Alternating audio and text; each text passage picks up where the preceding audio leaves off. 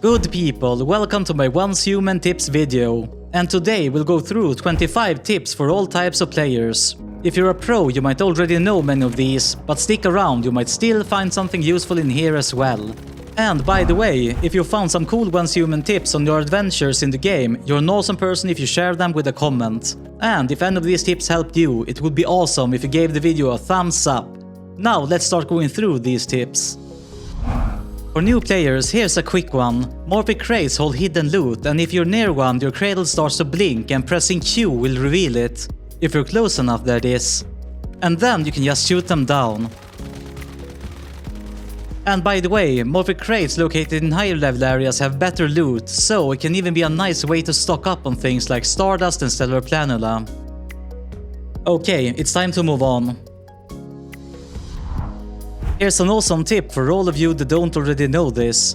Tons of stuff in Once Human goes bad after a while, but many of these timers have a solution. You could always use a fridge, but that's just a temporary solution. But here's the tip. Food won't go bad if you cook it and never take it out of your stove. So you can cook it and leave it there for later and simply add more stoves as you see fit. Now, the same holds true for fish. And this simple sentence summarizes it all. Fish in fish tanks or specimen racks will never decay.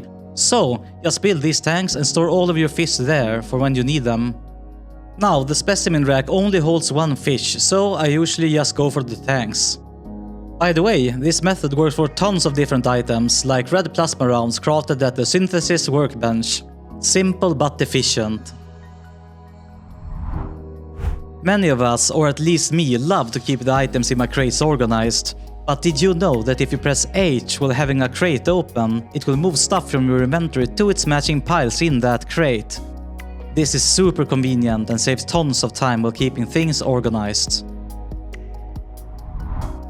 For those of us collecting furniture formulas, this tip is awesome. We all got tons of duplicates that we sell, trade or dismantle at the designer's workbench.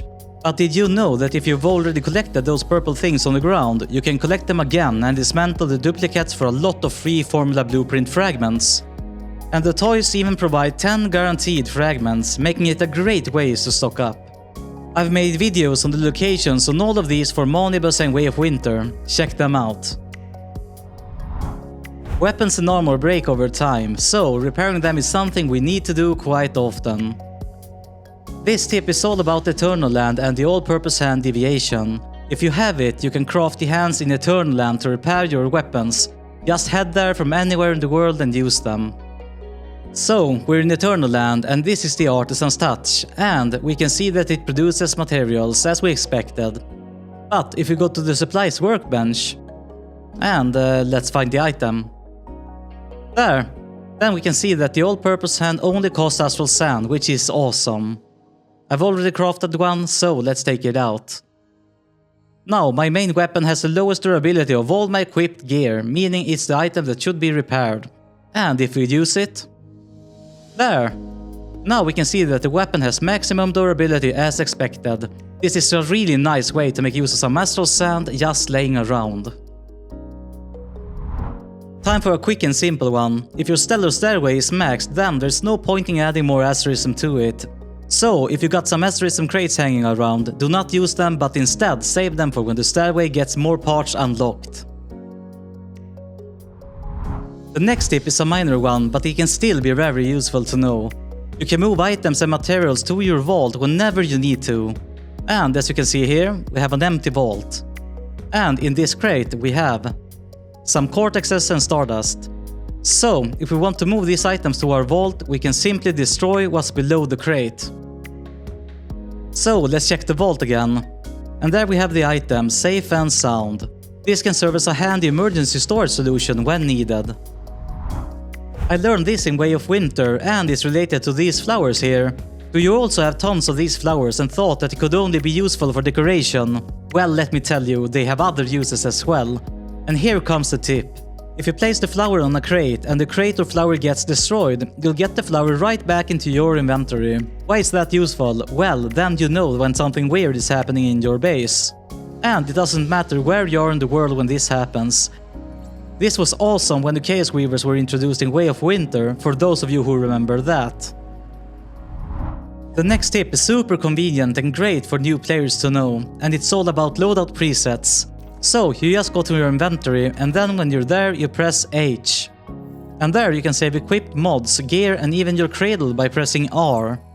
This is awesome for some fast tweaks on a build or if you run multiple ones. They're simple to change, modify and load on demand.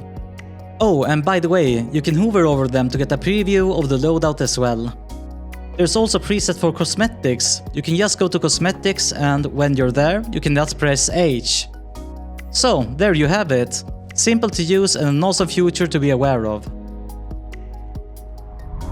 Now the next tip is a super useful one about animals. Once you've captured one, you can check its traits before deciding to tame it.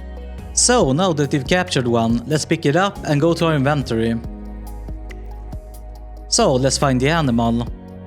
And the traits are hidden and we can press shift to reveal them. You'll see all its traits even though it's not tamed yet, and if it doesn't have the traits you want, you can just discard it.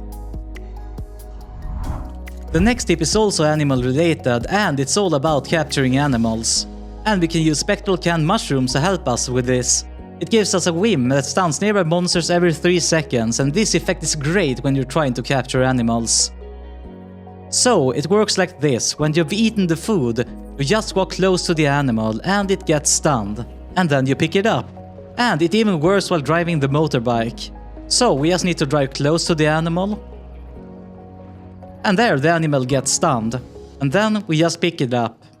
Simple as that. This tip is more of a combo of deviations that is really awesome. If you use these 3 deviations together. The Silver Gentleman that has a chance when dormant to give your territory deviations mood while dormant. You can get the Silver Gentleman from the 837 Unstable S Vessel event. And then we have the Moonlit Jewels Cat that has a chance to give your deviations deviant power when it's dormant. You can, for example, get Moonlit Jewels from major cities in Monibus. And finally we have Rebecca playing the piano that increases energy recovery for deviations. You can get Rebecca from Lea Labs. I usually just set all deviations to start working on a high number, seems to work well. This deviation combo ensures a very high uptime for your deviations within your territory. The Strange Door deviation is awesome, making it possible to set up teleportation in our territory, but as we all know, they break after some usage. But did you know that you can go to your territory terminal and see the durability on the Strange Door? But my friends, that's not all. You can even repair them there as well. And let's see. Indeed, the doors are now fully repaired. And by the way, if you haven't noticed, the arrows on the door fades as the durability goes down. Awesome to know. If you're playing Way of Winter, you know that holding a torch gives you a degree bonus. But did you know that the frozen northern pike lowers your temperature? You probably did, but this next advice is personal. Make sure you get your hands on the frozen northern pike blueprint when you're playing, for example, Monibus. I've forgotten it multiple times and it's easy to get it. You just have to collect at least 10 northern pikes and go to this location here, northeast of Blackfell. And if we zoom in, you have the docks right here. And the docks look like this, and there's a vendor here that sells the blueprint. Let's check it out. Oh, and the vendor also sells some asterism crates as well for only 5 northern pikes each. Why not pick them up as well? The next tip is all about making it more convenient to disassemble mods. You can mark mods in your inventory for disassembly by selecting them and pressing X. And of course you can mark as many mods as you want. And then when you want to dismantle them, it's super easy. At your disassembly bench, they remain marked, so you don't have to spend time finding them again. Really convenient. Now time for a quick one, but something that many might have missed. You can view all weapon accessories available on a weapon by going to the Weapons Accessory tab and then just pressing I. A nice way to check what accessories that are available for your weapon. The next tip is something that many new players might have missed, and that is that you can share cosmetic items like purchased furniture with friends. So, how do you share cosmetics? Well, it's simple. You just build the items you want to share in your friend's territory, and the glass wall is shared, simple as that. You can check what you've shared by pressing Manage Share in build mode. Here you'll see what's shareable, as well as who you're currently sharing it with. You can also see the number of times you can share it as well.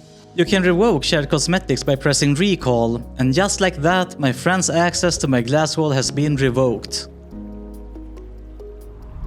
This next tip is all about Eternaland storage. Many of you have gotten a yellow warning triangle in Eternaland telling us that the storage is almost full. But what if you want to keep all your stuff? Well, then some of you might have missed that it's possible to create storage solutions in Eternaland and then just put the items there. If you need them later, just take them out and they'll show up ready to transfer. Oh, and this does not only work for materials that can be stored in storage crates, it also works for deviations by constructing deviation storage crates as well. Really awesome. Just a quick tip for the Forsaken Giant boss encounter. With Frog the Leaper's spring legs together with Stardust energy drink, you're able to bypass the sweeping arm without taking any damage. This makes the boss encounter much more convenient to do. Did you know that you can add markers on your map? And I'm not talking about those red markers. You do this by clicking on your middle mouse button and then just choose a marker you like. This can be really helpful for remembering good base locations, deviant locations, or simply crates in explores. And by the way, this also carries over between scenarios of the same type as well. Many people already know this, but it's a good idea to craft an advanced drill and a chainsaw before you leave your scenario for another one. And sadly, memetic talent items like solo drills cannot be transferred. But did you know that Treasure Hunter that improves the advanced drill actually does transfer? So if you have that memetic, craft some drills and the effect will remain on the item. Now for a fast one, but did you know that many items that you thought only should work on the outside actually quite often works inside as well? As an example, solar panels works inside your buildings. Many people might have missed this, but there you have it. Now this next tip is for those that loves mining platforms. Did you know that you can see when you try to build a mining platform what kind of ore that is available on the location? I mean, you probably knew that, but here's the tip. While you're running around searching for a good location for your territory, you can just try and build a mining platform and you'll see what's available there. And my friends, for mining platforms, location matters a lot. Now, this next tip is related to memetics. If you unlock, for example, let's just find it. The grenade launcher with memetics, you'll get the blueprint. But did you know that the next time you unlock it in another scenario, you get the fragments instead? So, unlocking them once every scenario is a good decision. Just reset them if you don't need them. These fragments can then be used to improve weapons of the same type, or the grenade launcher its operator. And as an example, this pistol is operator as well, so we can use the fragments to improve it. Useful thing to know. This final tip is for the ending of a scenario. You might already know that before leaving a scenario, you are able to buy asterism crates for energy links, and that you can find them in the season shop. And it's these crates right here. So, here's the tip. If you don't have enough energy links to buy them, then there's a simple way to get some extra links.